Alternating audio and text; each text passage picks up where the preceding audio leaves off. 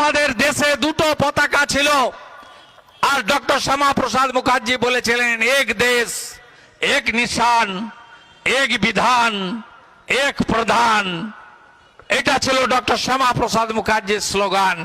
মোদিজি ৩৭০-৩৫ হাঁটিয়ে দেশে দুটো পতাকাকে সরিয়ে দিয়ে একটাই পতাকা রেখেছে, যেটা আগামীকাল উঠবে প্রজাতন্ত্র দিবসে, জাতীয় পতাকা।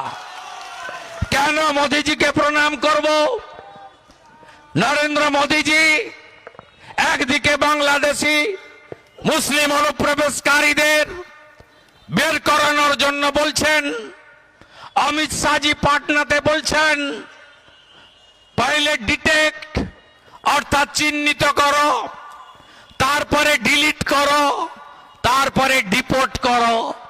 এই যে ভোটার তালিকা, ফাইনাল তালিকা বেরোনোর পরে দেখবেন ডিটেক্ট হয়ে গেছে, ডিলিট হয়ে গেছে।